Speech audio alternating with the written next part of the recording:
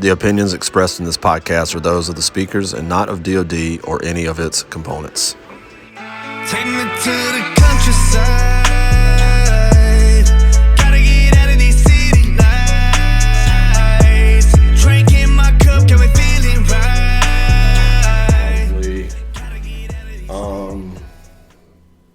Shit, 1:32 almost. Damn. Yeah. So,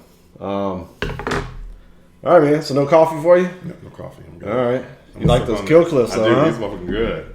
Yeah, man. I'm gonna have a little bit. Why not? Yeah, it's like this weird thing, right? It's like pineapple and it's got like a hint of jalapeno or some shit. Yeah, no, I tasted like a little. Yeah. Throat. So, all right, man. Well, appreciate you coming over, man. Of course, dude. Yeah. So for the record, this is like good pre. Yeah, I know. It's recording. I know what I'm doing, D. I know what I'm doing, homeboy. All this is going in there, too. Yes. Yeah, it's all good. Yeah. So, where do we start, man? So, you've been here now, has it been 6, 7, 8? 7, 8 months. God damn, man. I know. Time flies up here, man. Keep the clock going. Keep the clock going. Dude, like, so when I watched the one from last night that I did with Matt, Yeah. like, I'm gonna be a little careful, dude. I've got a potty mouth.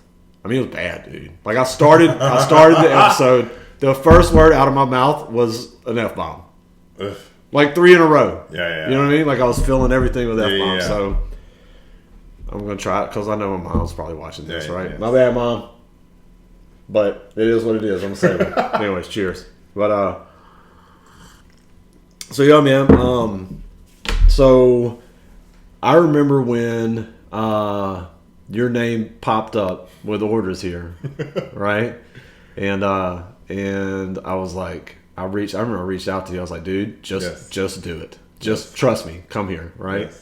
So what did you think about that? Because I mean, you wanted to come to Japan, but Misawa, you've never been out of the States, right? I did not want to come to Japan, period. My intent was to retire in San Diego. You know, I just wanted to go short duty there, you know, be in the cut, you know, do my retirement and be, you know, make that smooth transition there in the States. But, yeah, dude, things happen for a reason. Yeah. So I'm like, all right. Yeah. How you liking it, though? It's pretty good. It's pretty good. The social life isn't as popular. So let's get this out of the way. Because I think it's important, right? Because we're going to go down this lane, right? Absolutely. So, I got questions. Let's just put it that way, right? I got open book. I got questions, bro. You know what I'm saying? Ask. So, as a gay man in Misawa, that's got to be fucking rough, right? It is very rough. Right? It's very rough. Yeah. So I just do other things to keep my time occupied. Yeah. So I don't have, you know, they say idle hands are a devil's playground. Yeah, whatever that saying is. Yeah, whatever that saying is. So I just try to find things to freaking just keep myself occupied. You know. Yeah. Because there's not really. I remember Erica, right? Like whenever I told her to be your sponsor, Erica. I love that girl. I'm gonna get her on here. But speaking of potty mouth, like yes. But I remember, man, like when you were still a few months out from transferring, and she was like, oh, I feel so bad. Like Frank asked me, he's like, what's the scene like up there? And she was like, scene? Because I remember I asked her, I was like, can you send me a link to like downtown housing? Is it like a high rise? Like how are the apartments? Like can I get a condo? I'm thinking all these things. Like relating to San Diego. Yeah. And she was like, ain't no downtown. I was like, man. I was like, what do you mean there's no downtown? And it's crazy because this is one of the most rural places in Japan. Like it doesn't get much more rural than Misawa, honestly. Yeah. I was stationed in Sasebo, my first duty station, and that's a small base, right? In a small city. Yeah. But you're like an hour away from Fukuoka, which is the biggest city in Kyushu. Okay. So like the first weekend I was there, I spent the weekend in like a legit city. Yeah. You could be there in an hour, right? Right. Here, like, dude, like there's nothing, right? There's nothing. Like young folks that come here, I feel bad for them because they got. I mean, it's $200 round trip to get to Sendai. And I think that they do the same thing. They stay in their barracks room and they play video games and they I know.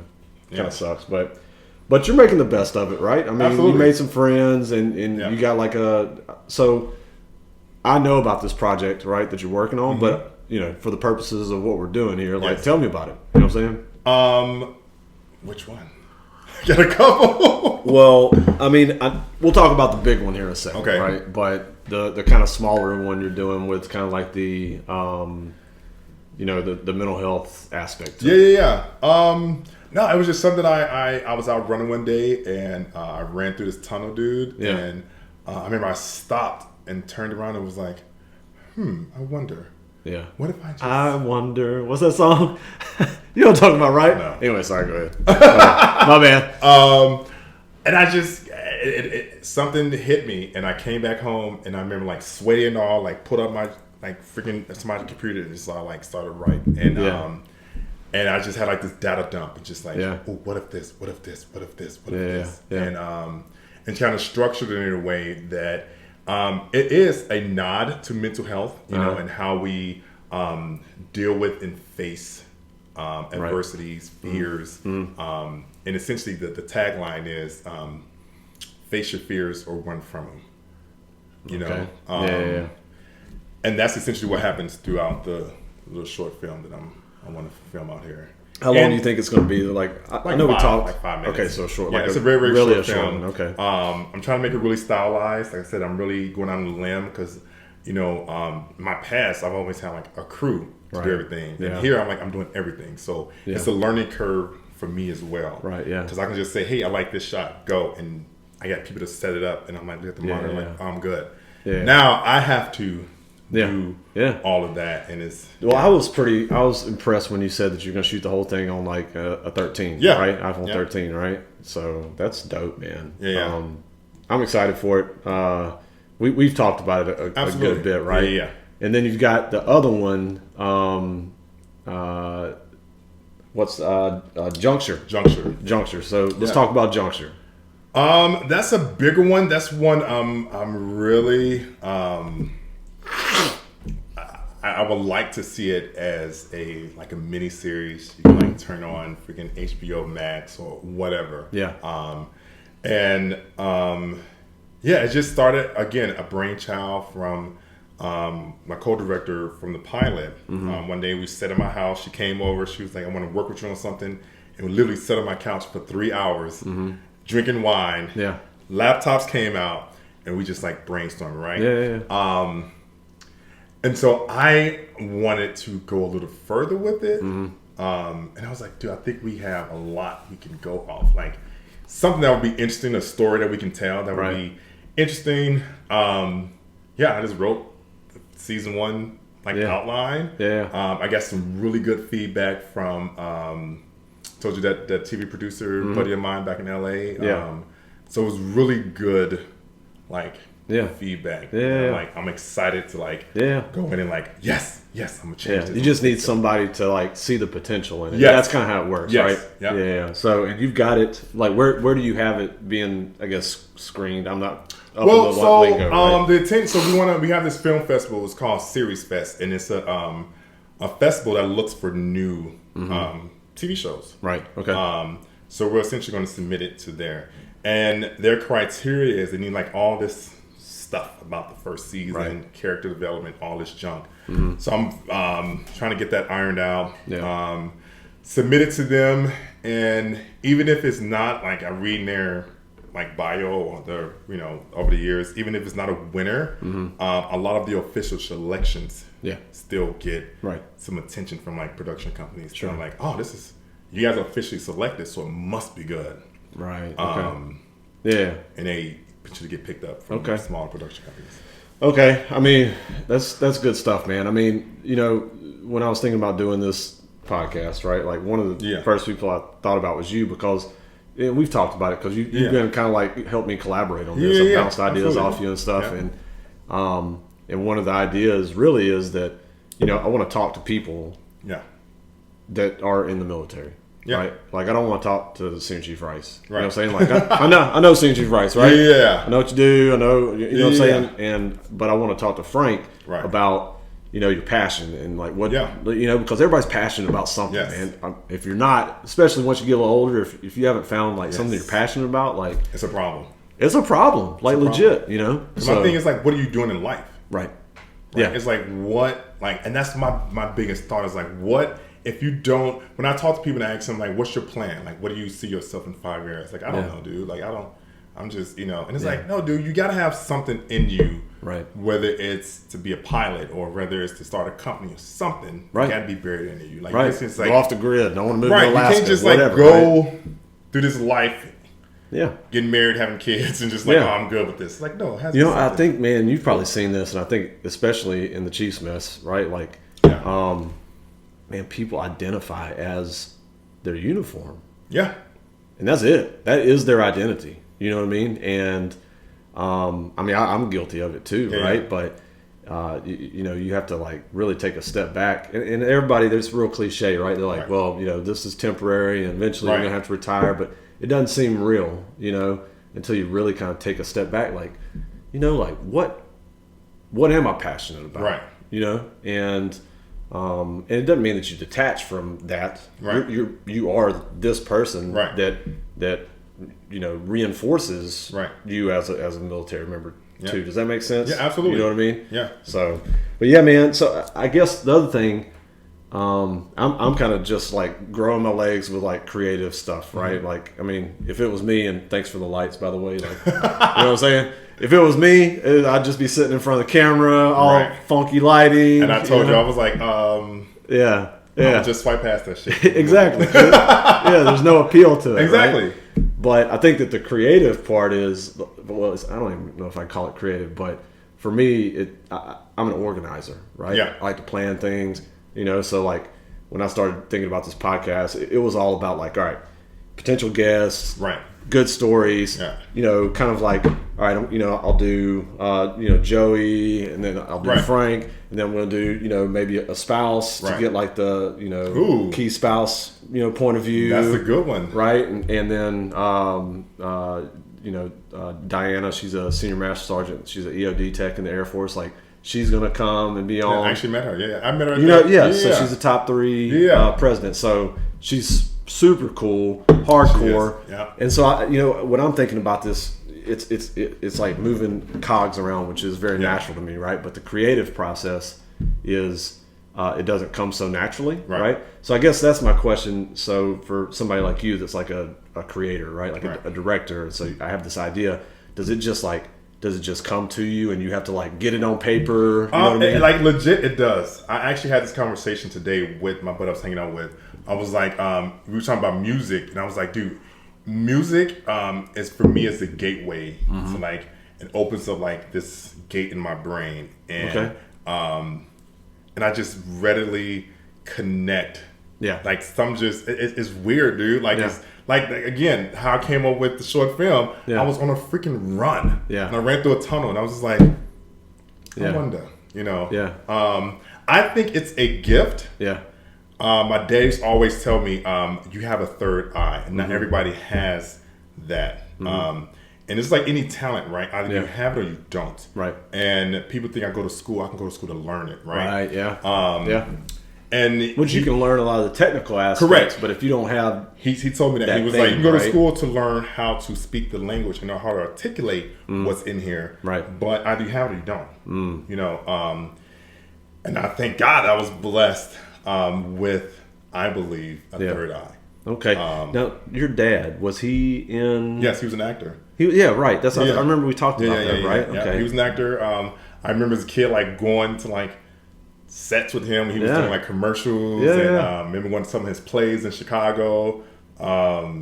Seeing him kill and rape a lady in the opening scene of some TV show. Man. And I was like, Jesus, man. Like, he's like, no, it was very coordinated. Like, I said, hey, I'm going to drag you and you're going to punch you. You're going to fall off the couch. And she was like, yeah. Make sure you throw me hard, So I would say it's in my blood. Yeah. Right? Yeah. Because he was laughed at by his family and friends when he was growing up because he wanted to be an actor.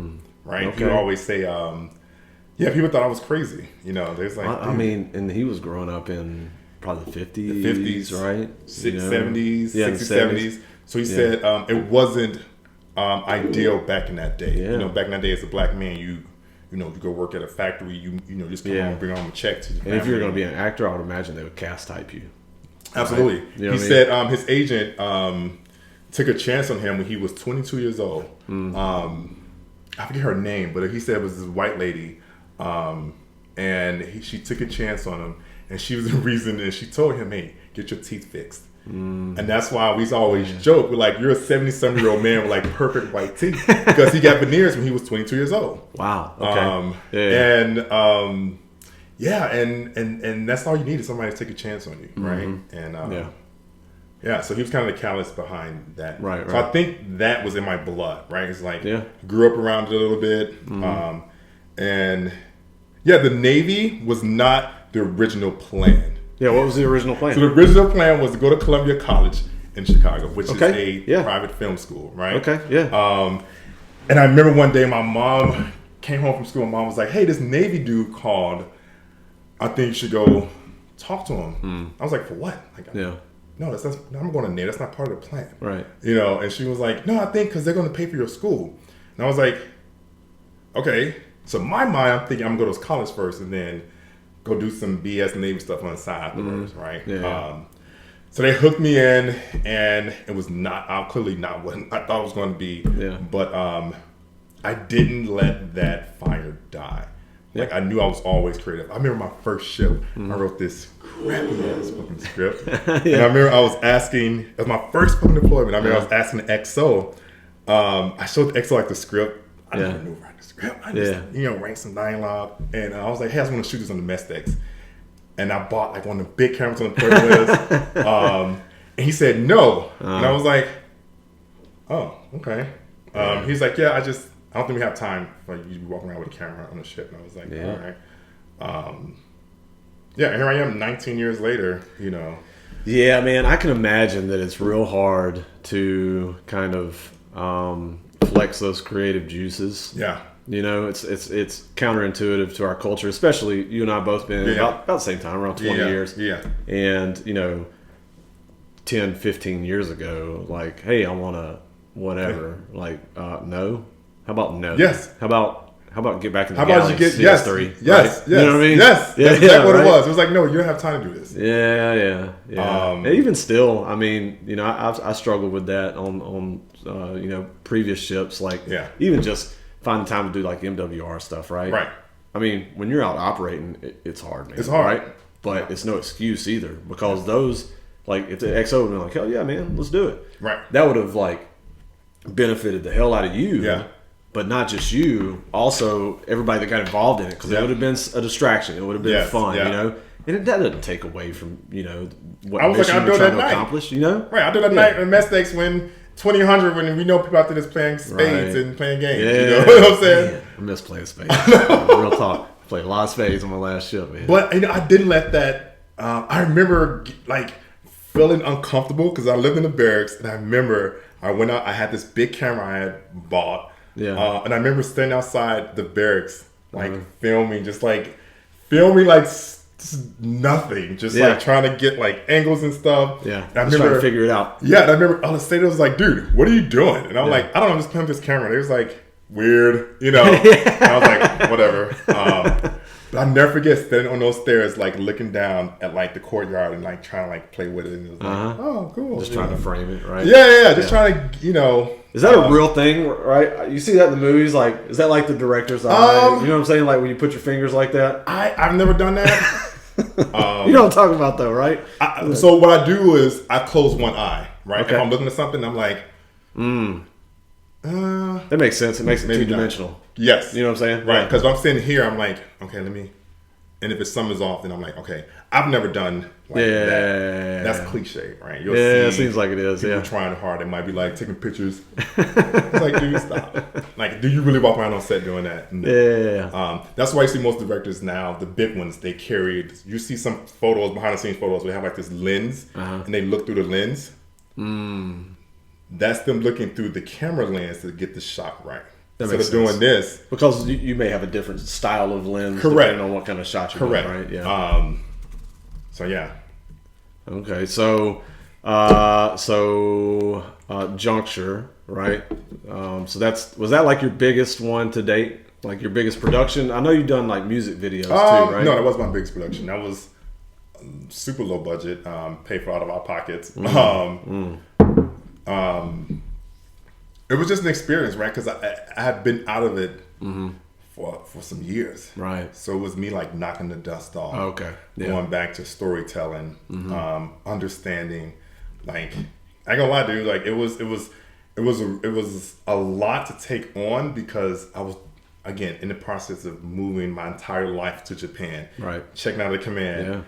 Writing the script. So it was a lot I took on. Right. Yeah. On top of trying to film it before I flew out to come to Japan. Yeah. So I put all on my back and I was like, you're going to do this or you're not. Like, you're going to get one shot at this. And if you leave and go to Japan, you're probably never going to do this again. That's good, man. I'm glad you did it. Yeah.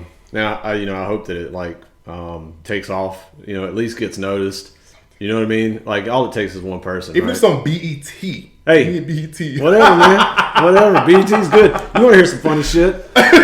So, I grew up small town Louisiana, right? We've talked about this. And very Baptist. Yeah. Right?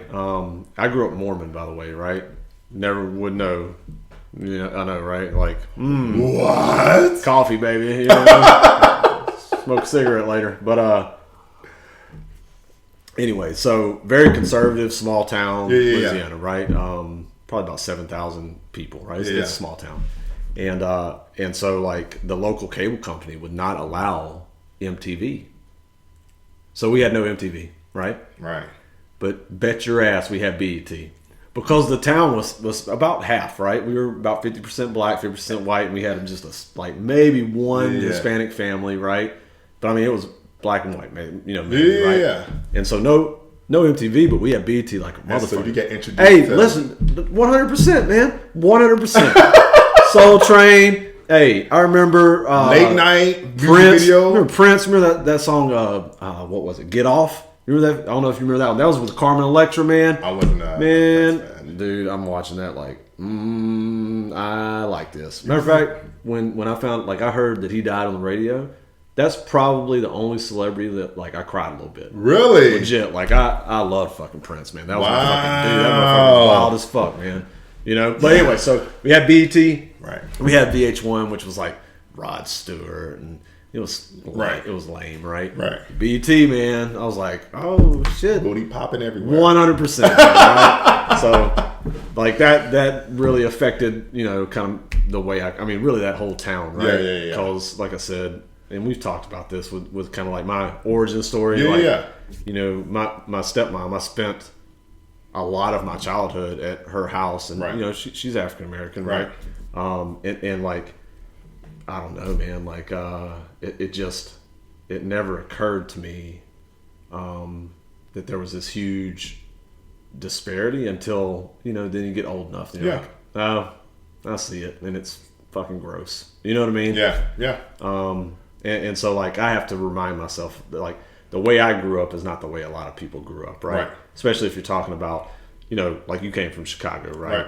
And so I would imagine that your upbringing certainly a lot different from mine, right? Big city, and my experience with big cities is that they are less integrated than small towns in a lot of ways. You know what I mean?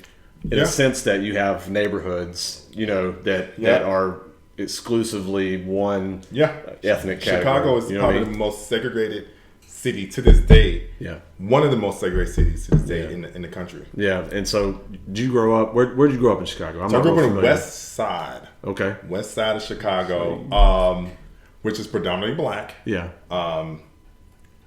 And as a kid, I remember the west side and the south side were predominantly black, right? The east side was like a mixing pot. You had your Jews, some Hispanics, those people. And up north, was the rich white people. That's where the rich folk live. Rich white people live, right? Yeah.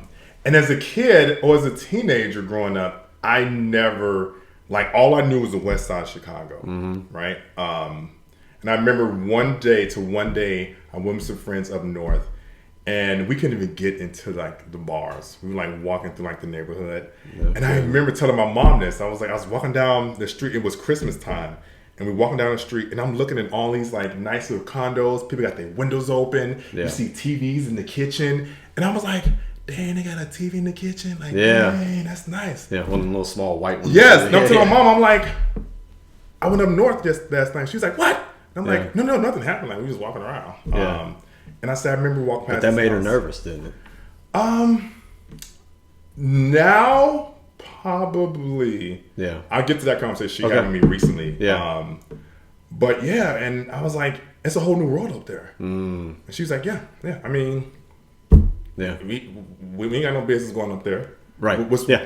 the mentality? Yeah, Because yeah. we had everything we needed. Right. In the hood, Right, yeah. and no reason to go up north with them rich white people, Yeah, right? yeah. So that was kind of ingrained in me. Yeah. Yeah. Yeah.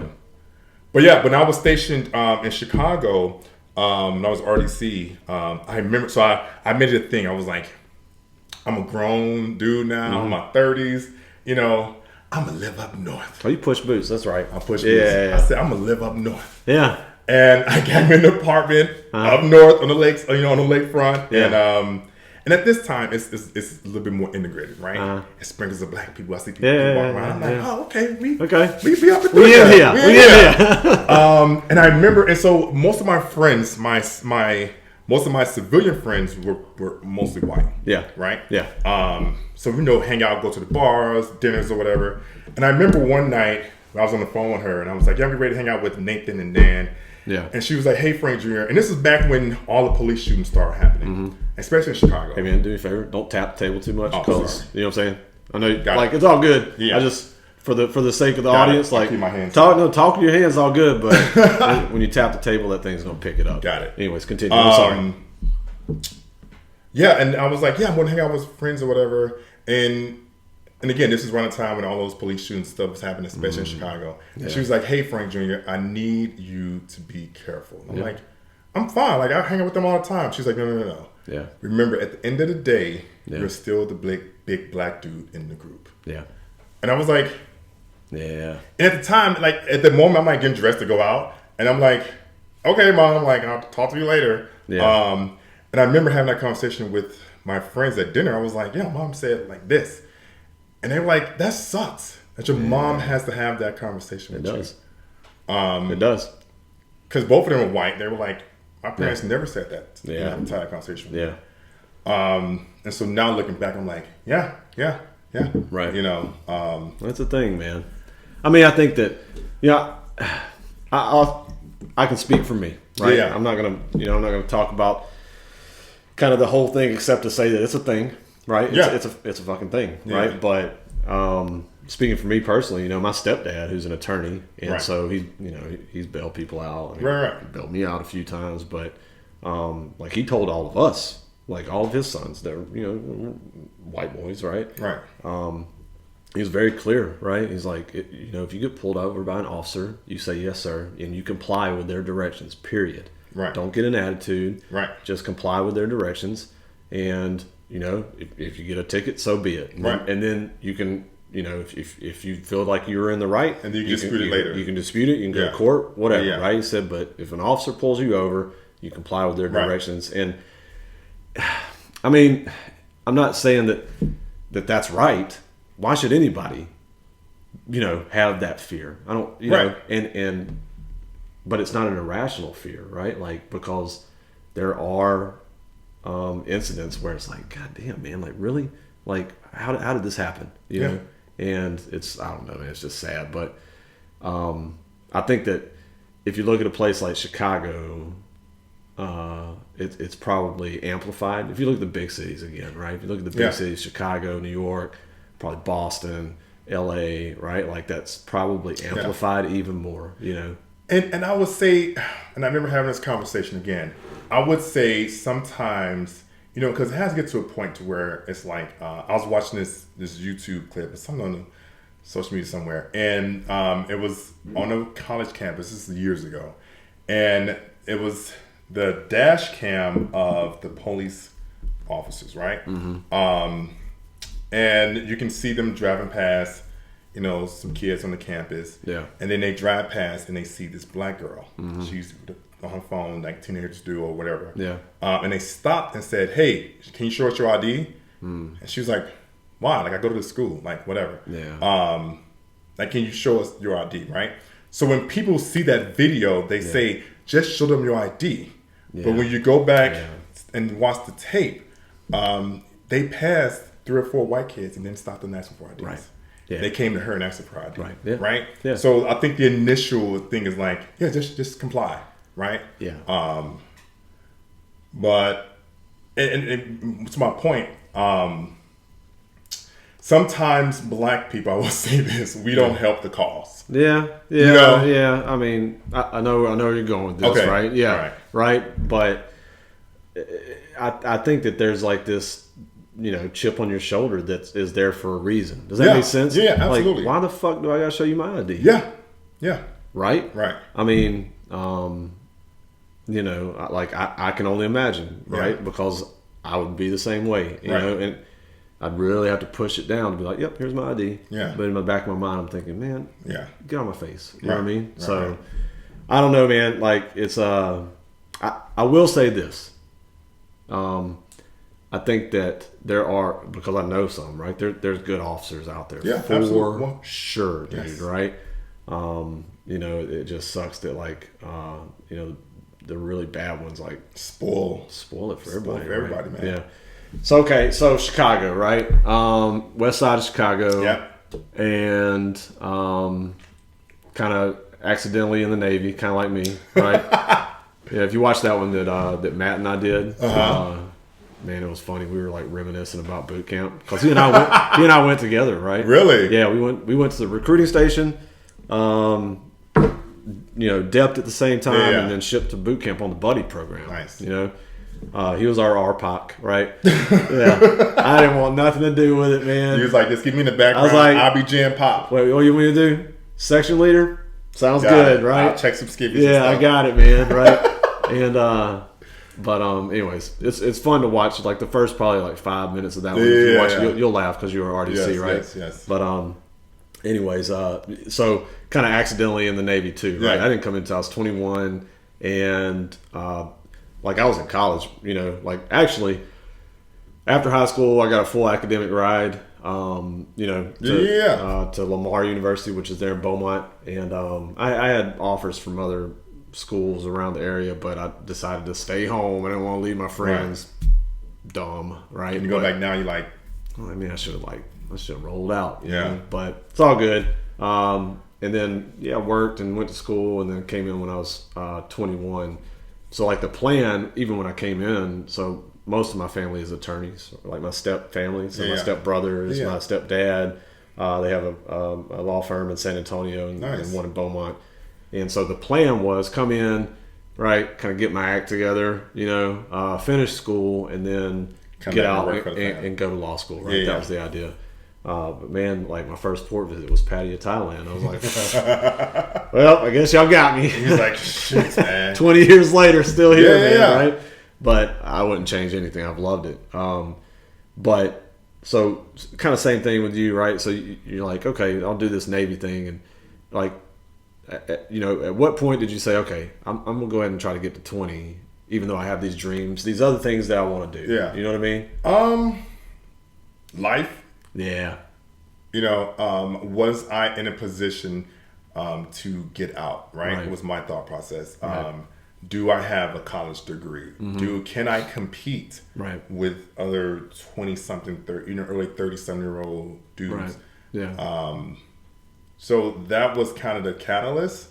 But at the same time, I knew I had this burning fire that I knew I couldn't let die. Yeah. So I made it work, right, on both spectrums. And I think I've had a successful career and not successful side life, but I was able to still scratch that itch. Every now and then. Yeah. And I mean, and then you look up and it's like 10 years in. It's like, I know. Why should I go ahead and just might as well just finish it, right? go ahead and finish this last 10 years? Yeah. Because I'm gonna lie, the first 10 years went by like this. Oh yeah. I blinked and they was like, Yep. 10-year annivers's coming up. I know, man. I mean, honestly, like the 20 did. Really? I mean, when I hit 20, I was like, damn, I don't feel 40. Yeah, I would say 15 came and went. Yeah. I'll tell you what, though, man. You hit 20. Hey, that's a good feeling right September there. this year. That's a good feeling right there, man. I'm gonna tell you right now, it's a good feeling. Really? Right? Oh, dude, it just it just opens your eyes. You're like, a little bit, right? Because after 20, especially for those of us that the legacy high 3 system, which is the best retirement system in the world. That's why they got rid of it, right? But for those of us that are on that legacy high 3 system, man, you hit 20, and at that point you're doing it because you want to, right? Not because you have to, you know. And it's a good feeling, man. Like, and that's not to say you shirk any responsibility or anything like that, but it kind of just. It's like you reach the finish line. Yeah, man. It gives you this new perspective where like it almost like re-engages you in it, right? Because you know that at any given time, like that could be it. That could be it, exactly. Right? And so you want to make the most of it. You know what I mean? Yeah. So even I remember the neighbors trying to get me with that Redux. Remember that 15-year Redux? Oh yeah, man. CSB Redux, baby. They dangled that little $30,000. I was like, and at the time I was like, I don't know, dog. And my homeboy was like, man, you better rip that up. And I'm like, all right, I don't need that. So I worked that desk in Millington when I was really. I mean, more people than you think take that. I probably got an email from you telling myself, hey man, want this Redux? Where were you at the 15-year mark? RTC. That was recently. Though. I was RTC. Yeah, I was in Millington 05 to 08. Oh yeah. So I was. But a lot of people take it. Yeah, more people than you think. So I mean, the thing with that is that if you're going to do 30, then it makes sense, right? Because between 20 and 30, you make up your cost of living that gets reduced. Yeah. So if you're going to do 30 or more, then you don't take a hit on your retirement income, right? But anything between 20 and 30, like, it's a bad idea. Yeah. Like, it's a bad idea. Because I knew at 20, I was like, I'm hanging up the boots at 20. Yeah. That's good you didn't take it, man. I know. That would significantly reduce your retirement fund. So, okay. So, like I said, I got questions. I'm an open book, dog. All right, man. So, I've seen this, right? And we're going to talk about being a gay black man. Okay. So, I remember like coming up, right? And I'm an 80s baby, just like you are, right? And so, of course, in the 80s when we were young, there was a huge stigma about being gay, right? And then it got better in the 90s. And then in the 2000s, man, it was like, whatever. Nobody cares, right? But, I think that from a white man's perspective, right? Like the black community was even slower to catch up. Absolutely. Right? So how was that experience? I guess walk me through it, man. Like when did you kind of realize it? And, you know what I'm saying? Like what were the trials with that? I knew that at an early young age. Yeah. I knew it was something different about me. And anybody who got kids right now, if they're struggling, like just let them be. Yeah. But I struggled, because I grew up in a missionary Baptist church. Oh yeah, man. In Chicago. I went to church, Wednesday, Thursday, Saturday, Sunday. And so I knew it. Like I remember, like in grade, like in 6th, 7th grade, I knew I was different. And I remember I told my mom. It was like junior year in high school, and it was like I had my first little like puppy love, and I got dumped. And I remember one night I was like distraught, and I woke up like, hey, wake up. And she was like, what you doing up? Went downstairs to the living room, and it was lights were off, pitch black. And I was like, I got something to tell you. And I told her. And I remember she lit a cigarette. And all I could see was the bud of this long inhale. Yeah. She's like, oh, hell. And she was like, I knew. Yeah. And I was like, what do you mean you knew? She was like, I knew when the little girls stopped calling and the little boys started calling. And I was like, I thought I was like playing the cool, I was like, good. Yeah. And so she readily accepted it, right? Yeah. But of course she wanted to wanted me to go see a psychiatrist. She's like, hey, I want you to go see this like doctor and make sure it's not a phase you're going through. I was like, I don't think it's a phase. Like, I know what this is. But she didn't pry too much. She was like, I love you, whatever. My mom was kind of one of the ones in the family that was like the prestigious one. She college educated, had a good job.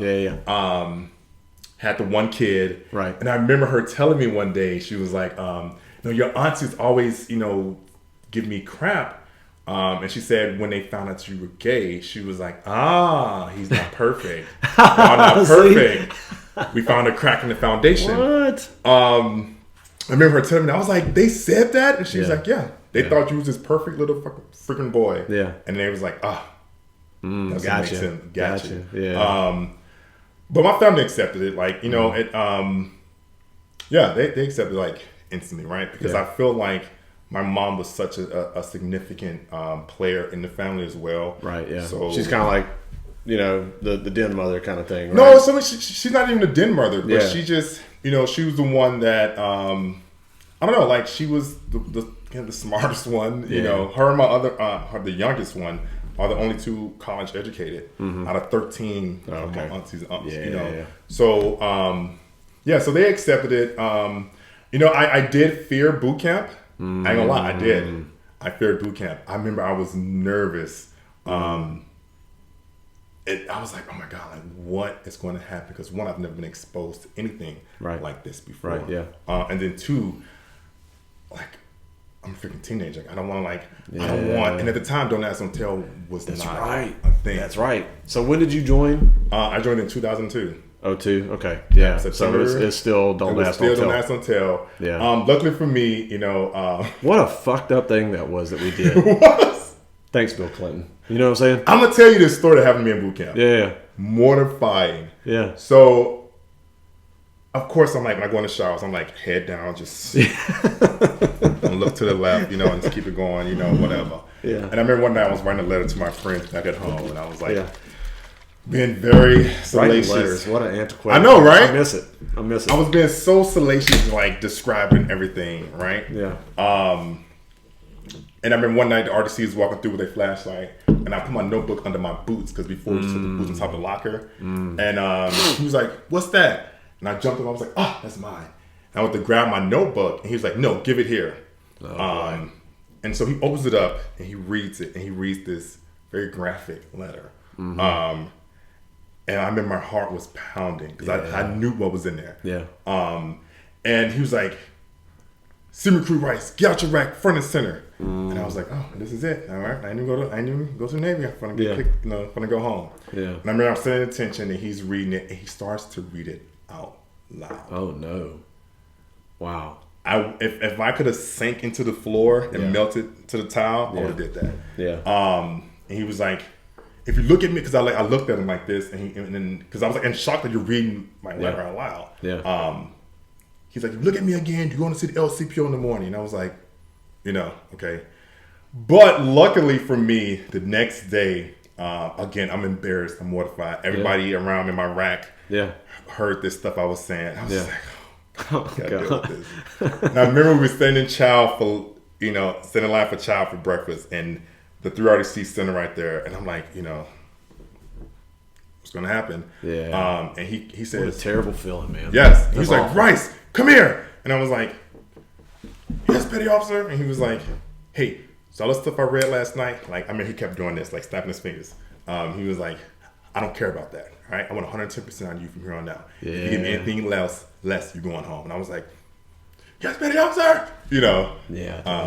It was such a terrible thing that we did. I think this whole Don't Ask, Don't Tell, because it just it's like contrary to good order and discipline, man. Because you're like, we all knew gay people. Yeah. Every one of us, man. We knew. Nobody cared. Everybody told me that too. Nobody cared, man. Yeah. Right? But what we did institutionally was we were saying that, we want you to keep this secret and like basically like check your integrity at the door. Live in misery. Yeah, live alive, right? You know?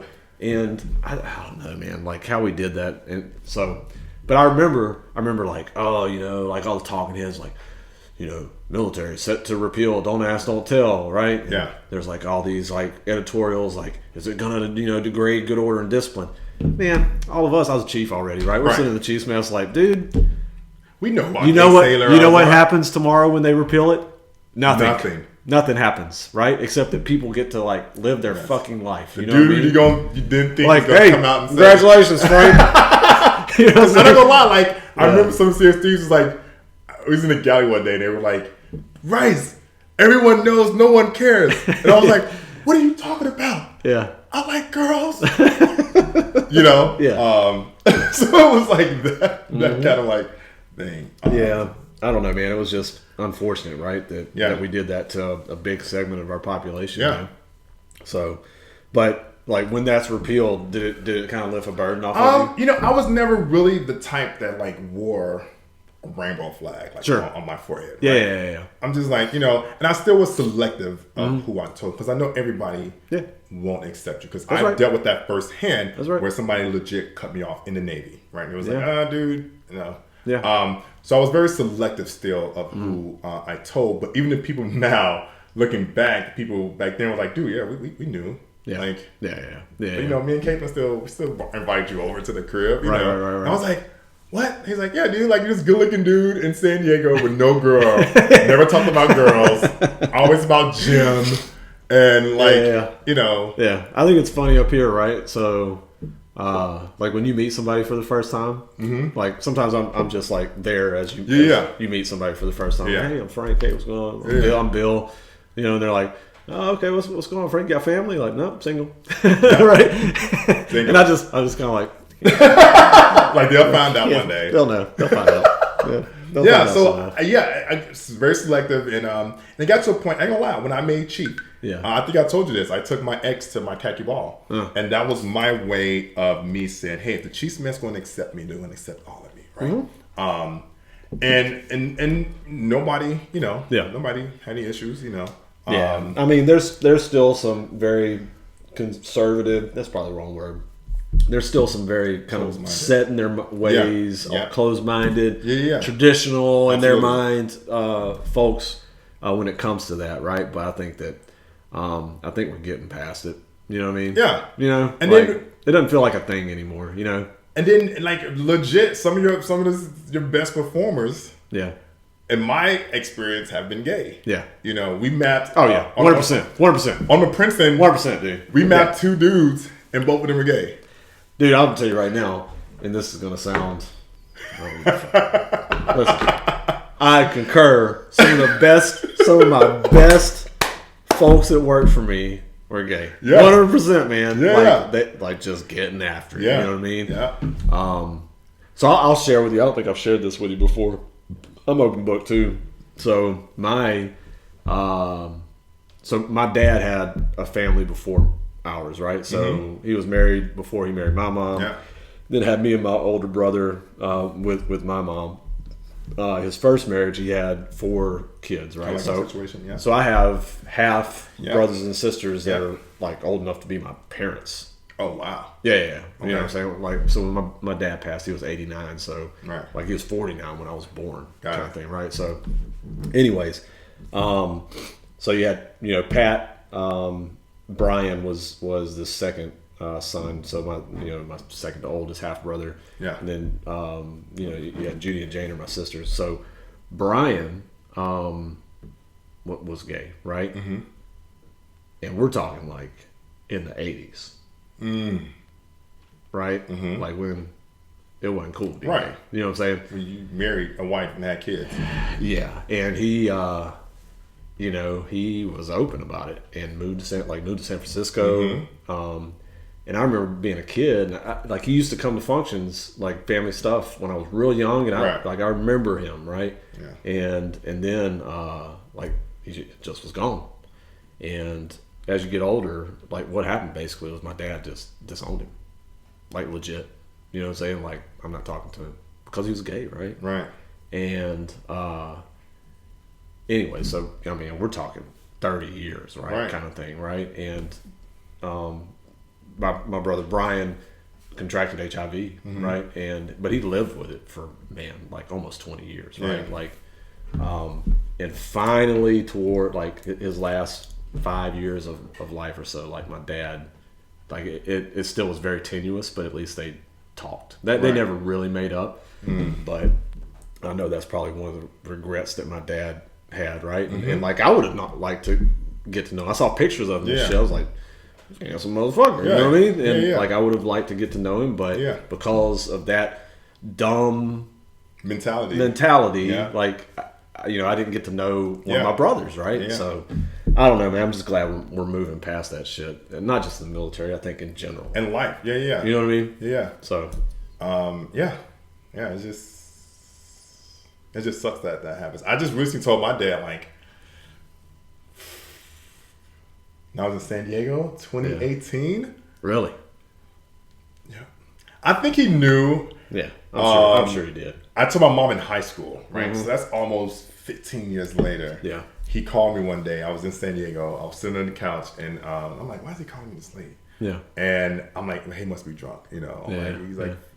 "Frank, my prodigal son." I'm like, "What's up? What's up? What's up, dude? What's up? What you want?"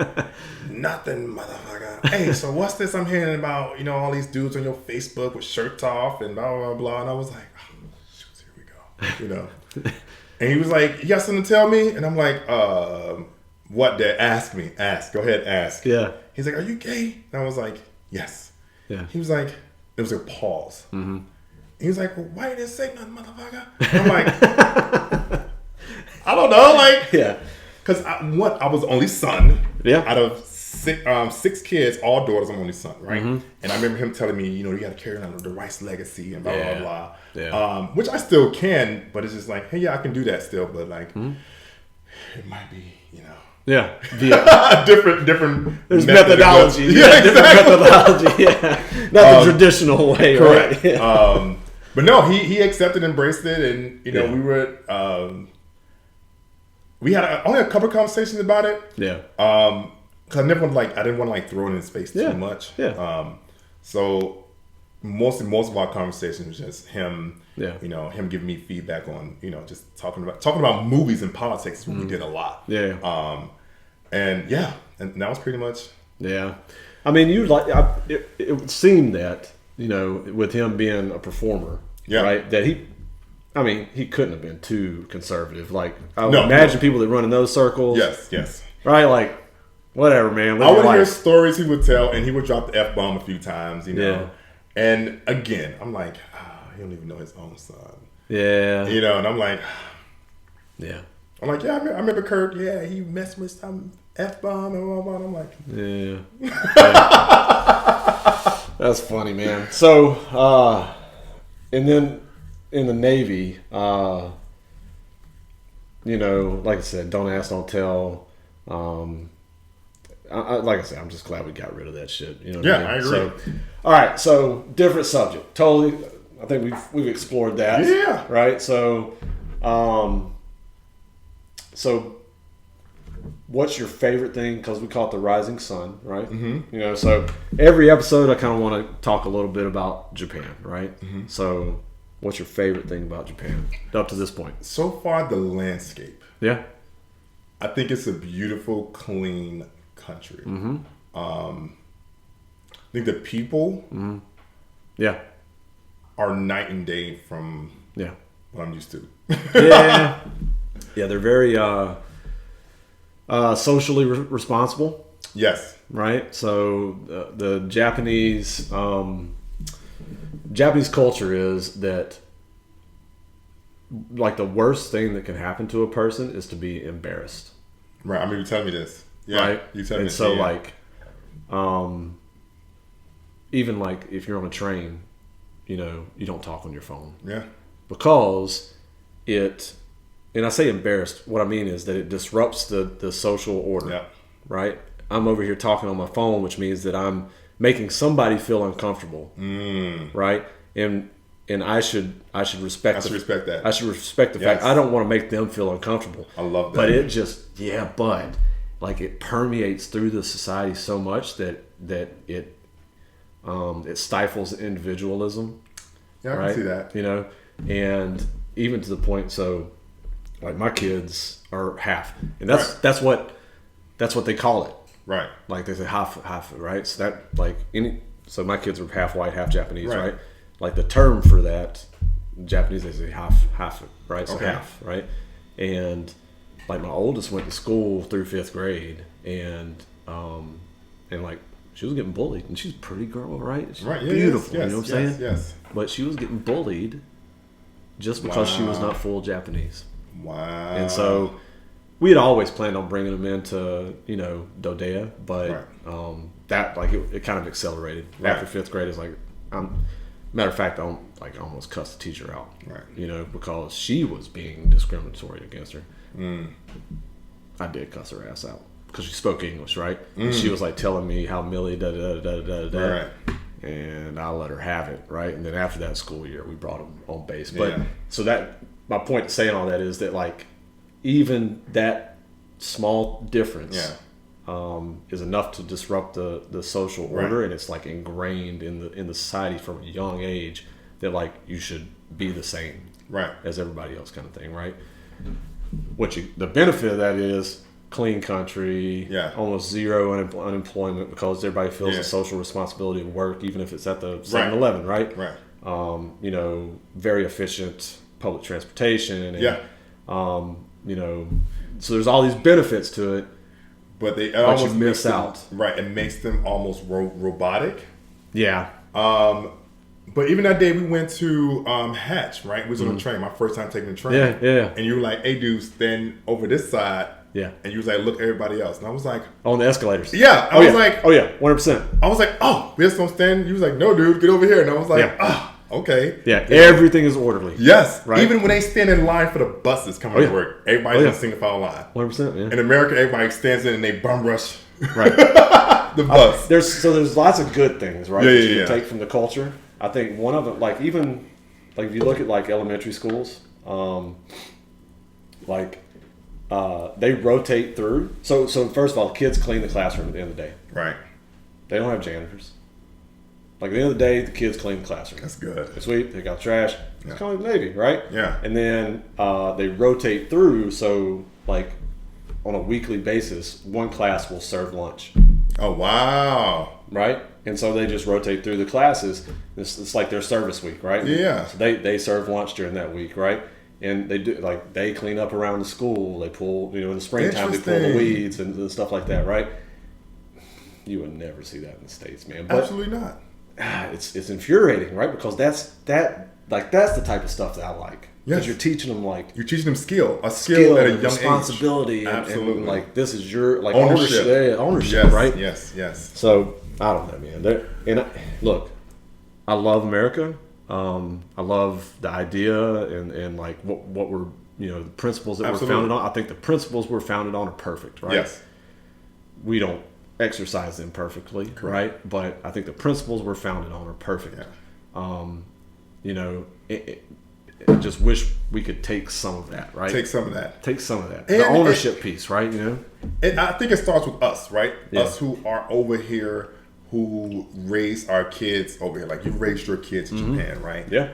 When they go back stateside, at least, they can, add something, even though it may get drowned out, but at least, it's something. And I think it starts with us raising our kids and us taking some of this back to the United States. Yeah.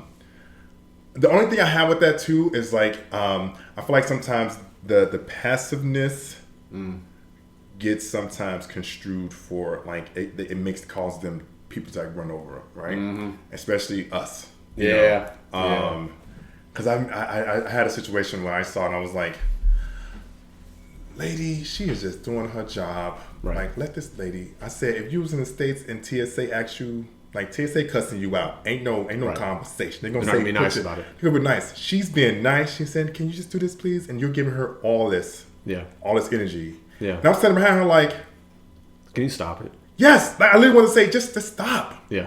And I remember having that moment. And I remember I called my mom. I was like, that's crazy. Yeah. Because in America, TSA. Yeah. Well, if you want to show this stuff, then you can go back of the line. Yeah, you know what I'm saying? So I just wish we can definitely take some of that back. Yeah. What about food? I love the food.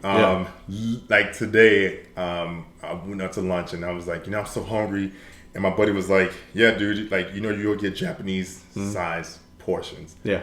You know what? I'm fine with that. Yeah. I don't need a big old triple Whopper burger with fries with chili on it and cheese and sour cream. Yeah. Yeah, the idea of a takeout box is foreign in Japan, right? Like, yeah. Like I used to work in the restaurant industry before the Navy, and one of the like no kidding like things that American restaurants do, they intentionally give you too much, because the American mentality is if I don't take some home with me, then I didn't get enough bang for my buck. It's very gluttonous. Absolutely, yes. Right? And the Japanese mentality is, I'm not going to underfeed you. I'm going to give you an appropriate amount. I'm going to give you your portion. I'm going to give you dinner. I'm going to give you dinner, right? Yes. And it's going to all complement each other. Yeah. And you're going to be satisfied when you're done. Yeah. But you're not going to, want to go lay on the couch and sleep, right? Correct. Like even I don't know the Japanese words for it, but mommy, that's my wife's name. So, so there's a Japanese saying, right, that if you go to sleep right after you eat, that you'll turn into a cow, basically. Right? There's like a Japanese term for really? it. Yeah, 100%, right?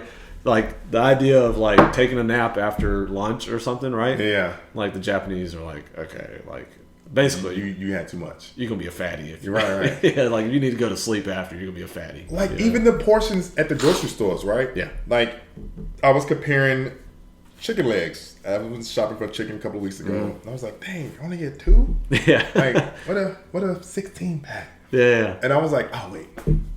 Ain't no 16 pack here. Nah. This is them telling you gonna eat this 2. Yeah, so it's very kind of like I've never been to Europe, right? But Japan is how I imagine Europe being, which means that you go to the market to get what you're going to eat for 1 or 2 days max, right? Like I'm going to get tonight's dinner and something, some bread for breakfast, and then maybe a couple things that I need to complement what I already have in the fridge for dinner tomorrow kind of thing, right? Like the idea of buying like bulk from Costco. Like that's not. And it goes back to that American gluttonous mentality, right? I gotta hoard everything.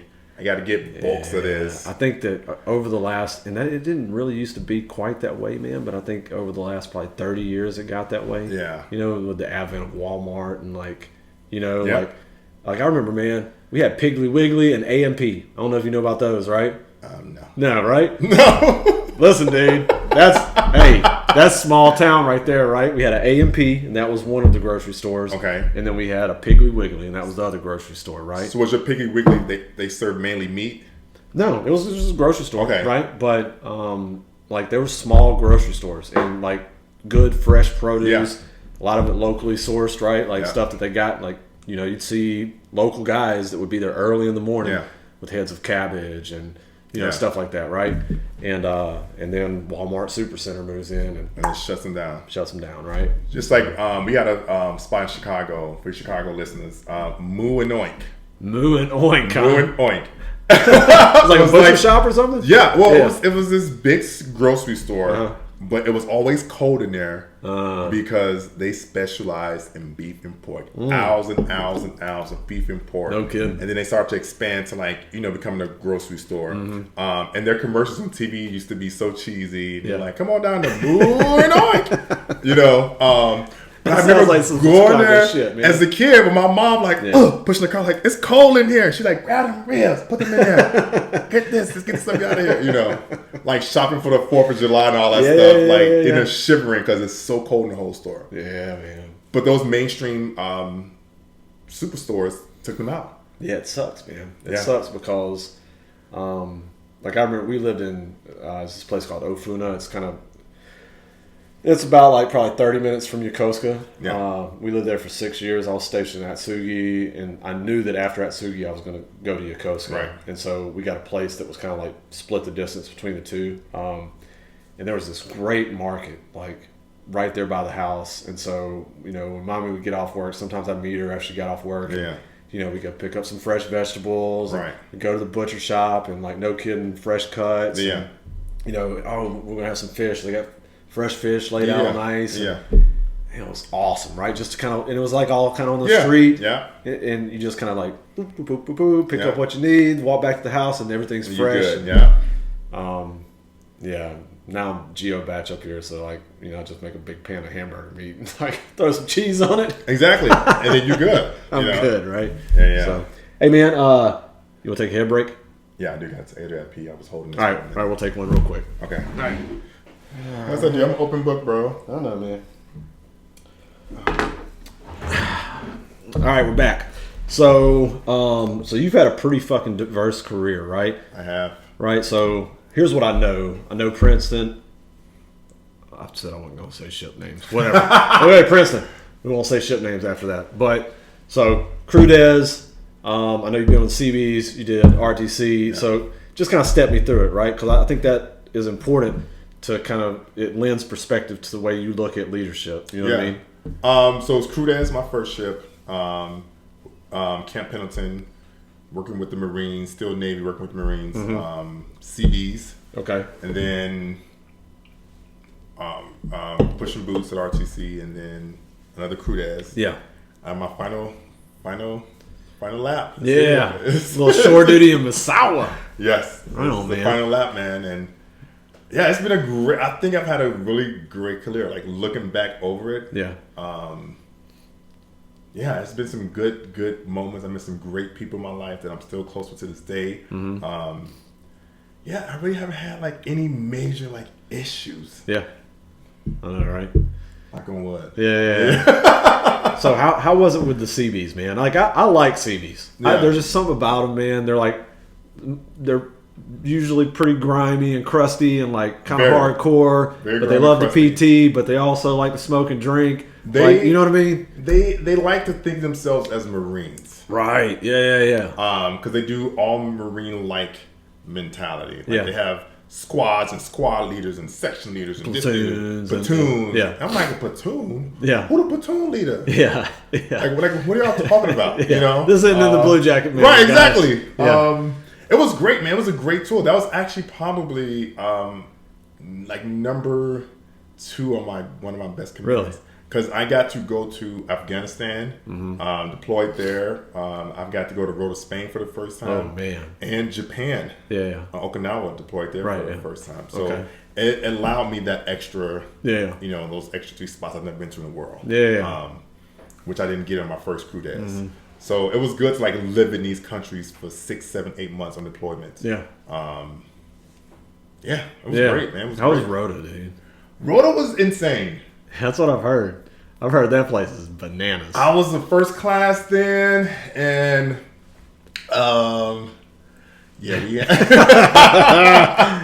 You know, we used to do this monthly trip, a group of first classes. We'll go up to Madrid. Madrid was like a 2-hour train ride from Rota, and we would go up there and tear the town up. And I've heard Madrid it's like this whole different part of Spain, meaning like it's awesome. It's right in the middle of Spain. Yeah. And it was absolutely like we used to do that every month. No like kidding. Once a month. Yeah. Right on payday. Yeah. Right before payday or whatever. A group of us would go down there. Probably like 4 or 5 of us. Yeah. And was this cut up, act food, get our own hotel rooms. You know what I'm saying? And that's what made it fun for me. Yeah. Was like being able to go to up there and go to Cadiz. I've never been to Cadiz, like a little island off the coast of and that was the first time I've experienced going to the beach and having somebody bring drinks down from the back to the beach. Yeah, like, there you go. I was like, thank you. I was going to come back and get it, but okay. Yeah, you know. Yeah. I was like, dang, you know, this is dope. Yeah. So, yeah, it was great. I've heard Spain, man, from everybody that's ever been stationed there or, you know, did some time there. They're like, man, that place is legit. And the base was, like, beautiful. Yeah. The base was, like, insane. Yeah. It was really nice. So I've got a buddy. I'm going to have him on pretty soon. He was one of my best friends. We were on our first ship together. Yeah. A dude named David Michael. And he actually just bought a house in Spain with his fiance, right? He's going to get married pretty soon. But like, so Spain is one of those places where, you know, foreigners can own real estate, right? Like in Japan, you can't, right? Like I can't own real estate here because I'm not a Japanese national, right? My wife can, but I can't, right? But Spain's one of those places, kind of like Costa Rica is kind of like that too, where, you know, to encourage investment, they allow, you know, foreigners to buy real estate. Interesting. So he bought, no kidding, like a vacation home in Spain. What's his name? His last name's Michael. First name David. Okay, because I know another chief that bought land overseas somewhere. Yeah. And then I had I won't say his name, but he was my XO on my last ship. Yeah. who was stationed in Rota, and they bought a house there. And so and like when they came back, it's like it's like an investment property, right? And they fixed it up and they rent it out, and that's dope to say. Yeah, I own a house I got a house in Spain. Right? You go like, what? Yeah. It's one thing saying I got one in like Costa Rica or Panama. Yeah. Like, okay. That's I got a house in Spain, bro. I got a house in Spain. Who, what? You know what I mean? Yeah. Yeah. That's then somebody bougie be like, what part? Yeah, I know, right? Doesn't matter. It's just like I got a house in Spain. It's in Spain, okay? Like, where's your house? Exactly. On 32nd Street? Exactly. In Chula Vista? You living in, right, exactly. Mount Hope. So how about San Diego, man? That's like your spot, right? Yeah, I love San Diego. I said I was stationed there before at Camp Pendleton. It's a great city. For me, I love San Diego. Yeah. Because you get I just get that sunny California vibes, Yeah. And throw your shades on, roll the windows put down. my shades on. I can put on a t-shirt, some shorts, and some flip-flops, and I'm out. And that's what I love about San Diego. Yeah. When I was stationed with the Seabees, I was a little bit further north, like an hour north of LA. So I lived in Thousand Oaks, which was like right in between the social life in LA and like work. Yeah. Right. So I would take that 30-minute truck to work. Yeah. Just so I can be. And I would say it was night and day. Like the LA is very different than San Diego. Yeah. So I've never really been. I mean, I've driven through. I've hung out with like one of my buddies that was like from San Bernardino. Yeah. So not like LA proper. I've never hung out or anything, right? Yeah. I've been saying it a ton, right? Just over the years. I mean, naturally in the Navy, you're going to go there for TDY or whatever. And same thing, man. I think it's a cool city. Cool city. Like it's got like just enough military vibe to it that it still feels feels like you're not in the military town. orderly to some extent. Like it's not like LA, which is just my impression of LA is it's lights and cameras and it's I don't know, man, like paparazzi and but San Diego is a city, but not like this huge sprawling city. It's like it's a good size city. Does that make sense? Absolutely. Yeah. So and you said there's not enough. It's a huge military footprint. Right. I think the city is so big. I think it's like 3 million people there. So it can absorb it. So you can absorb it, right? Yeah. So you don't have to worry about going out and seeing, unless you go to Gaslamp, you're gonna see That's all where military. that's where everybody goes, right? Yeah. But like you can like live in the building and not have to worry about seeing somebody in the military, or some you may. Right. The closer you get to the base, but if you go out, you won't get that. Yeah. So I remember, man, I was there. It was a while back. I was TDY, and I met my buddy David, another one of my friends there, and we had a good time. And then we ate at this place called the Broken Yolk. Right? It was down like dude. It's still there. And I was like, I was feeling it. You know what I mean? It was like 8 a.m. I was feeling it. I was like, I'm hungry, dude. Right? And got this fucking eggs Benedict and had a Bloody Mary, dude, sitting out on the patio, San Diego. My sunglasses hit on. you. I was just oh man, this is the life right here. I can't wait to do that, man. Yeah. I mean, I love that. Right. I love that. Yeah. Like that next morning, just going to get some breakfast with your boys, kind of thing, right? Yeah. And even when I bought my house, dude, like in 2019, like I enjoyed like. I ain't gonna lie, dude. Like, open my front door and like it's kind of weird. I would like do rounds. Yeah. But like, I would have my coffee and like a nice, cool, crisp San Diego breeze. The sun is out. Yeah. And I was like, let me do my rounds. Walking around. Yeah. Just walk the house. Walking around the house. Looking at flowers like, okay. Waving at the neighbors, Absolutely, and shorts and flip flops, Absolutely, man. Yeah. So I totally missed that vibe. I remember, so it was kind of like that in Hawaii too. I remember that. Like, I enjoyed, especially in the wintertime in Hawaii. Yeah. It might drop down to like the 60s. Yeah, That's it, right? Exactly. And, Saturday morning, I'd wake up at like 6. Sun's up, make my coffee, same thing. I'm walking around out in the yard, right? Everybody's still asleep. Sit back on the balcony, smoke a cigarette, dude, I enjoyed, I was there for 3.5 years, and I soaked up all of that aloha, bro. You know what I mean? To the point where when it was time to go, I was like, we got to go. Like, Yeah. I've had about enough of this place. you Yeah. know? And then, so I don't know. Yeah, I love San Diego. I loved Hawaii. I was stationed in Hawaii too, my first tour.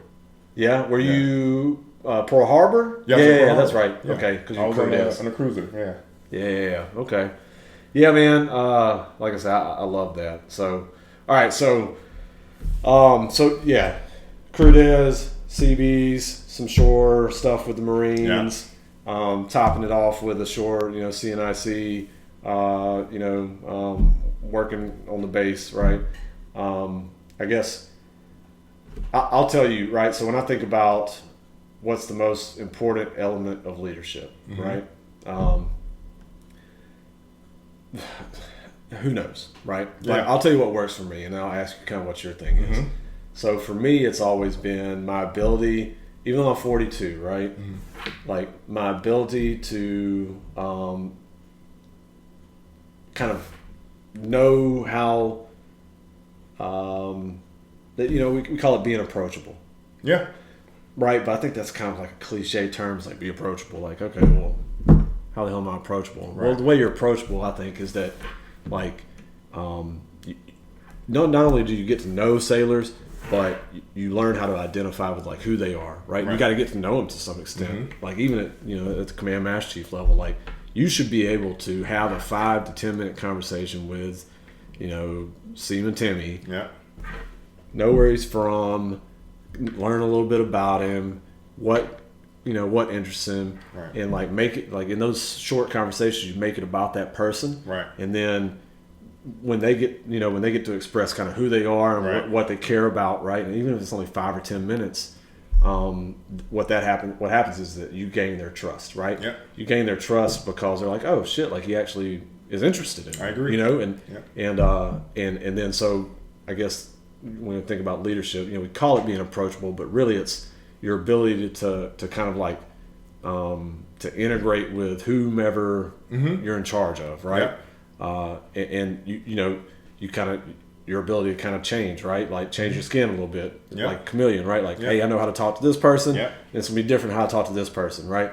There's all these different terms, situational leadership and blah, blah, blah. But like it's kind of this very there's not, I don't know, it's like a personable. Yeah, there's like an abstract style of leadership where you just gotta be open to getting to know people, kind of thing. Does that make sense? Absolutely. 100%. Yeah, and like there's times to be hard. Absolutely.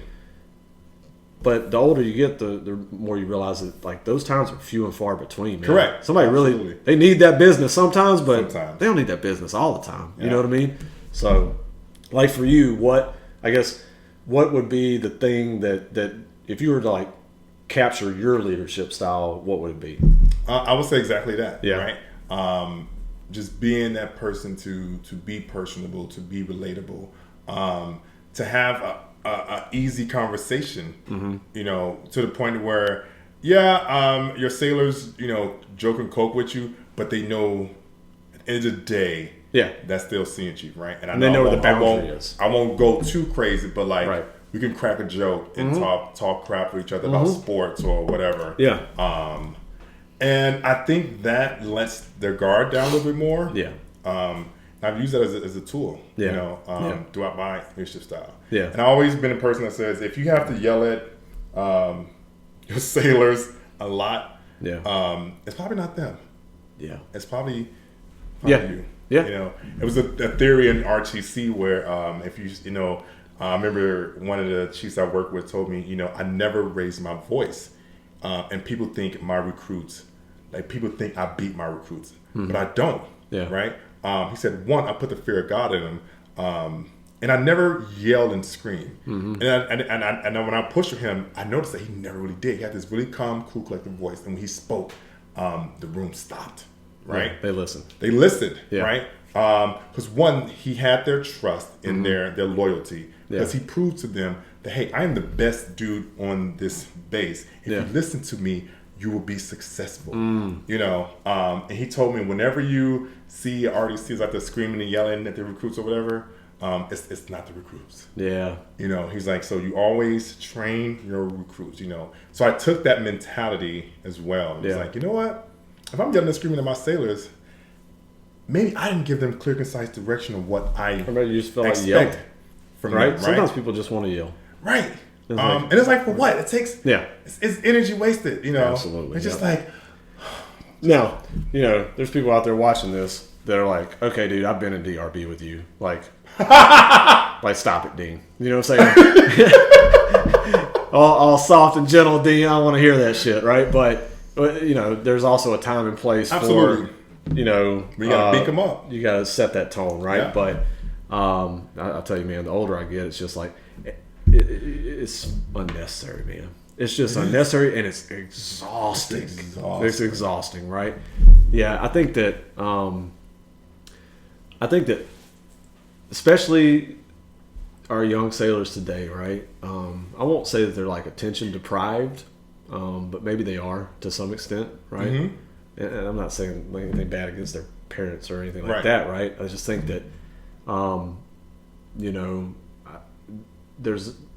I've noticed over the years that our sailors are less and less inclined to like work things out in person, so like the idea of like sitting down in a room and having conversations that aren't passive aggressive and being able to like talk to somebody straight without, and maybe even critique them without hurting anybody's feelings. Like I remember, so my parents were teachers, right? My mom was a teacher, my dad was a teacher, then a principal. Right.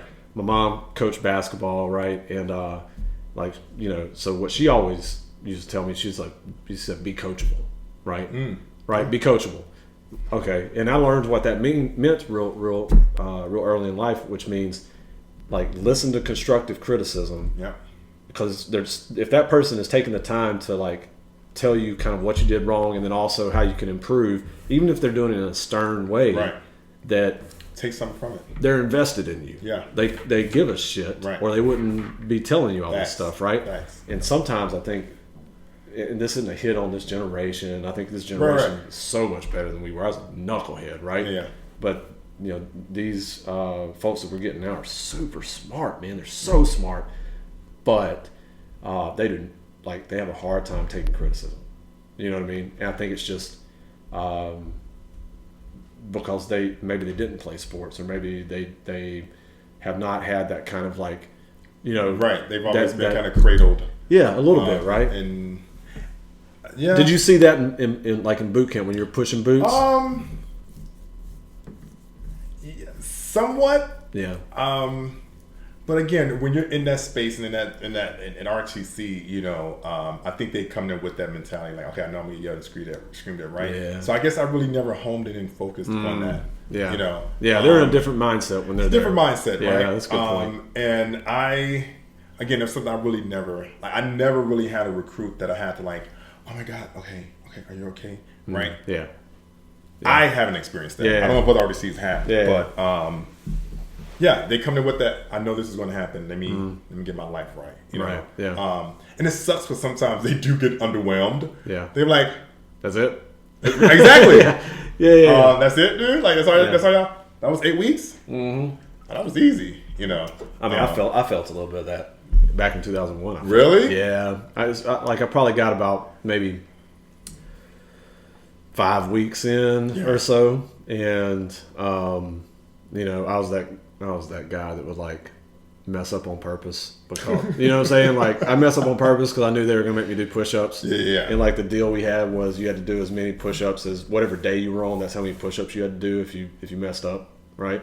So usually 5'2", you have to do 52 push-ups. Yeah. Oh, Right. wow. Yeah. Okay. So I'd do it on purpose just because You want to do some push-ups. I want to do some push-ups, and like Senior Morrison knew what I was doing. He's like, "You're such an asshole, Hal." Right? That dude, man, he was so much fun. Like he was recently divorced, and it was his last tour. He was pushing boots, man. He came to RTC to push boots. His last tour, right? Oh my God! And I remember he would take us to the phone center, and I was talking to Matt about this today, and like we'd go walking, marching to the phone center. He's like, "How you're going to call that fat girl back in Texas, aren't you?" You love them fat girls, don't you, Hal? Jeez. Right? Like, no, Senior Chief, I'm calling my mother. Jeez. Yeah. Needless to say, our division did not win the Battle League or any other awards. We were like McHale's Navy in that. It was just like. Yeah, it was like, just go ahead and get them. It was fun. It was fun though, you know. I used to have those moments like that. I had this one kid, white kid, and one day they out there writing letters and stuff. Actually, no, they were doing. I was one of the pilot divisions for like the tablets. Oh yeah, okay. So they were able to send emails, announce emails. Yeah. And I remember I'm out the, it's like week 6. I'm walking around. Now I'm a little bit more human to him, right? I'm cracking jokes with him or whatever. And there's one kid, kind of like a senior Morrison said. I walked up, I was like, she sent a picture of herself. And I was like, who is that? He's like, that's my wife, Chief. And I'm like, you married to a sister? And he was like, it was like cut off guard. Yeah. And he was like, yes, Chief. I was, yes. I was like, well, go ahead. Yeah. So yeah, it was those are funny moments. Yeah. That's good stuff, man. So okay, so I always ask people this. So I know, I guess my first kind of like idol or role model or person I really admired in the Navy, right? Mm-hmm. For me, he was a PNC, right? You remember PNs back before PSs, right? So I was a PN. PNC, Ted Capulong, right? He's about 5'4", little Filipino dude, wore a high and tight haircut. He was an FMF PN, right? So he had done a tour of the Marines, and then came to my first ship. And so he was my first chief, man. And he was hard as nails, dude. Like, he used to talk about his beloved Marine Corps, and and man, we thought he was an asshole, right? And then 18 months into it, and probably even after he transfers, when we really understood just how valuable he was. And then years on, you're like, holy cow, man! Like, and you realize that's what a chief's supposed to be, right? And so, like, as I made chief, I thought about him a lot, right? And I thought, like, man, like, I didn't realize how good he was, but now in hindsight, like, holy cow, like, I want to be just like that. Yes. There's no way I can be, because he like, this dude, military creases and his coveralls, man, that dude was not playing, and like the locks boots that were shined up, you know what I'm saying? Like the slip-on locks boots. And, like, man, on Sundays, every Sunday he wore his wash khakis, right? Yeah. Underway, didn't matter. Wash khakis. Creased up. I mean, that's what's up. Never needed a haircut. Yeah. And was just, like, on point, dude. Nobody messed with us. Right. You know what I mean? But he drove us hard, man. Like, we worked hard in that office, you know? Right? And so, so who's your guy? She is retired now, so I can say her name. Lisa Sucho. Okay. When I was with the CBs. Yeah. And I remember when I was in the school, so they sent you to the school before you go to the CBs, called ECS. Yeah. And I remember the class ahead of us, she was in the class. This is back when we had SKs. Oh, yeah. And she was an SKC. Oh. And I remember one day we was outside, like, my class is over here and her class is down there, and she is, like, going in on them, right? Yeah. And I was like, dang, she mean?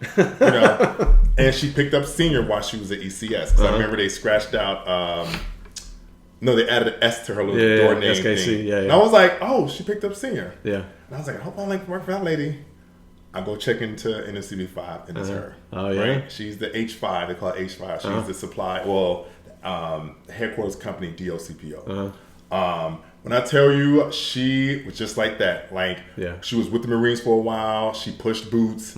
So she had that structured, like, in your face. And in it, we hated her. Right. Yeah. Right? Yeah. It was like, damn, this bitch coming. But we didn't see what she did in the mess, right? Or we didn't see what she did on the outside. Because back then you're not privy to it. Correct. You don't understand what's happening. Yeah, you don't understand what's happening. All I remember is getting all much later you understand, like, like, I just remember getting all cap emails. CS2, come see me now. Yeah. Damn. She got me again. And I remember I picked up first class, and I remember something in her switched. It was a conversation we had, and I, walk past the office, and you just trying to walk past real quick so she don't stop you. I'm like, 1, 2, 3, walk, rise. She got me. Hey, what's going on, senior? Come in here. And I remember that conversation, and it was a lighter, softer side of her, and I was like, are we being punked or something? And something switched in her, and I think it was, hey, I need to, in her mind, I need to start grooming him, right? Right. And she would, but she still held my feet to the motherfucking fire. And then I remember when this LS1 came, and me and her were like, you know, her tag team, right? We LPOs, and she pressed on us, right? Yeah. And it wasn't until she left. And again, he had that realization, and we had this other dude come in, take her spot. Yeah. And we were our stuff was so on point. Yeah. And we were so used to how she operated. Right. When he used to tell us stuff, we'd be like, we ain't doing that. Yeah. Because we were so used to her methods and her ways. Yeah. And then we started to see when she left, we say that the freaking pit bull left the gate. Because everybody started trashing on headquarters company, right? Yeah. So now in the hindsight, we saw how much she protected us. Yeah. And I remember when she told me when I got my eval, I was going to leave, and she was like, I got my orders to go RTC, and I was like, hey, they told me to detach in November, and she was like, so we ain't trying to leave November 1st? And I was like, yeah, I'm out, I'm ready to go. Yeah. And she was like, I don't think you should leave on the 1st. She said, if you leave on the 1st, we cannot rank you. Right. I suggest you wait to the 15th or 20th. She said, you do way too much for this command. To leave on the 1st. To leave on the 1st and not get ranked. And she said, good, if you stay, I got you. And I was like, what you mean? Yeah. And lo and behold, she already knew you had a reputation. Yes. Right? You know what I mean? Yeah. And so, in my experience with stuff like that, you know, you don't have to fight, especially in a service support rating, right? CS, PN, SK. Yeah. Like, you know, if you got a first class, second class, when you go to the ranking board, like, you don't have to fight for nobody, especially in the CBs, because they know. Like, Rice, put him up. Yeah. Because you've laid that foundation throughout the year. Yeah, you know what I mean, by putting people in position. And so she did. It's easy, right? It's you don't have to go fight for anybody. You know what I mean? And they go up there. Yeah, right. I left that mob with a number 3 EP out of 100 and something first class in a battalion. CB battalion, in a battalion, CS1, number 3. I was like, what is this? What happened? What? Okay, let me sign this. Yeah. I'm out. See you guys. Okay, I gotta go. And I was like, holy crap. Yeah. She was like, yeah, I told you I got you. And that's awesome, man. Yeah. So she definitely left a niche. And I made Chief. She was the second person I called. Legit. I called my mom. I was like, we in there like swimwear. And she was like, I said, let me call you back. And I called her. I guess she didn't have my number saved. And I was like, she was like, hello? And I was like, I made it. I made Chief. And she was like, who is this? And I was like, Rice. Yeah. I was like, Chief Select Rice. Yeah. And she was like, you know. I love it, man. That's crazy. Yeah. Same thing, Ted Copalong, man. Like, I still keep, not often, but every once in a while I'll shoot him a message. Just, he retired as a warrant officer, and, dude, I just really respected that dude, man. He was a good fucking dude, you know. Yeah. But, and I think that, you know, when I think about, again, this sounds kind of hokey and a little Joe Navy, but the longer you're in this business, the more you realize that, like, the reward that you get from it. And I don't think this is unique to the Navy or the military. Right. Maybe it is to some extent, not as much in the business world, I would think, right? Right. Because you don't have the longevity with people that you necessarily would have. Yeah.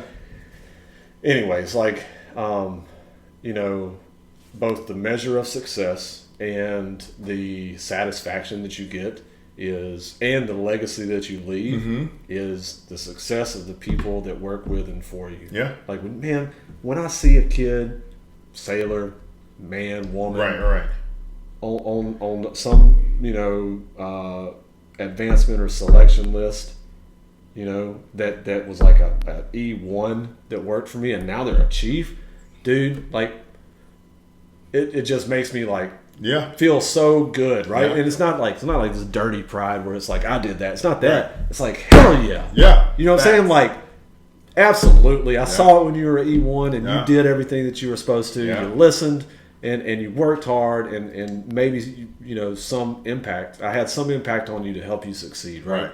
And that's like the best thing about the Navy. You know what I mean? Like to me, is to see somebody like develop and grow into this person that they have the potential to be, you know? All those messages that you get, you know, when somebody gets promoted or gets mad. Like, I got a couple of them from the ship, you know.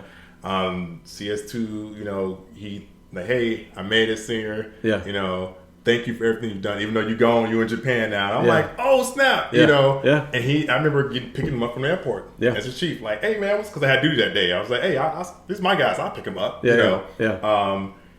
To see him, you know, about to leave Princeton as a enemy. I'm telling you, man, it's like the best feeling. So it is, Anyways, all right, man. I think this is a good stopping point. I think it's a good stopping point. I think we covered a lot. Yeah, dude. I mean, this is. So, what do you think? This is the format. Like when I have people over, we're gonna sit right here at this table. We're gonna chop it up. Like I'm interested. I mean, it's good. Kind of helped me brain baby this thing. Like, it's good. It's good. Yeah, I mean, I had a good time. Yeah. Right on, man. We didn't get too personal. As long as I have a good time. I didn't dig too deep, huh? Yeah. No. All right. Like I said, I came in with the mindset like, hey, he can ask some hard questions, and I was worried about like finding the right answer. Yeah.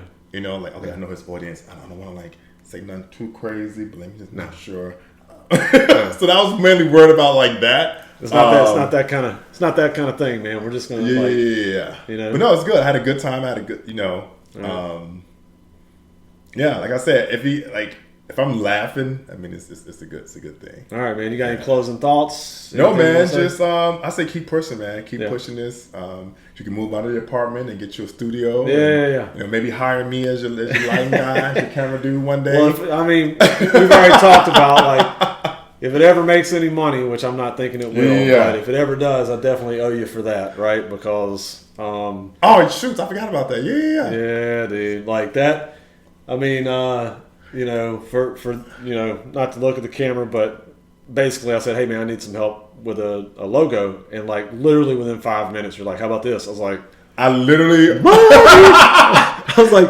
yes. Went to my app and was like, let me see the rising sun. Japanese sun, search.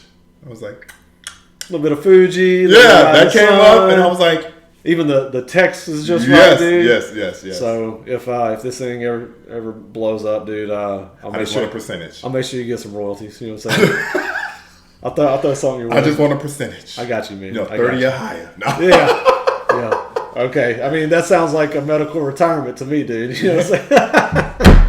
All right, brother, man. I appreciate you. Of course, man. Thanks for having me. And so we'll talk about dates, except to say that, like, from now, a couple weeks from now is when this will hit the streets. Of course, yeah. Because I know Make you're about to tag me. Yeah, you're about to take some lead. Yeah, and that's so. Any of my guests, the only thing I ask is just to share it out to all your people, right? Of course. I think that your people, they want to see you. A different part of me, right? They want to see you. They want to get to know you, right? Yes. And I just feel like I'm kind of like the conduit to allow that to happen, right? But anyways, man, I appreciate it, bro. I look forward to coming back when you do the Crazy Eights. Oh, 100%, dude. 100%. I think it should be me, Erica, Mark, and Scott. Yeah, I'll sit at the head of the table and just like wrap the gavel. Dude, I'll just say, proceed. Dude, that would be insane. Oh, dude, it's going to be a good time. Us four? Yeah. And you? That'd be wild. Oh. That'd be wild. So I've got some microphones inbound. You know, like legit microphones. Yeah. So this should be fine though. I tested it out, you know, but I've got two good ones, and so then you can kind of like share them, right? Dude, so you should do that when I come back. XLR. Dude, 100% when you get back. So when you get back, like I've got a month left. Oh, yeah. Dang. You know what I'm saying? So yeah, we gotta get. Is your release even identified? No, not yet. But we'll talk about that off camera. All right. Anyways, all right, brother, man. All right, man. Appreciate you, bro. Thanks, man. Appreciate you for having me. Yeah. All right. And cut.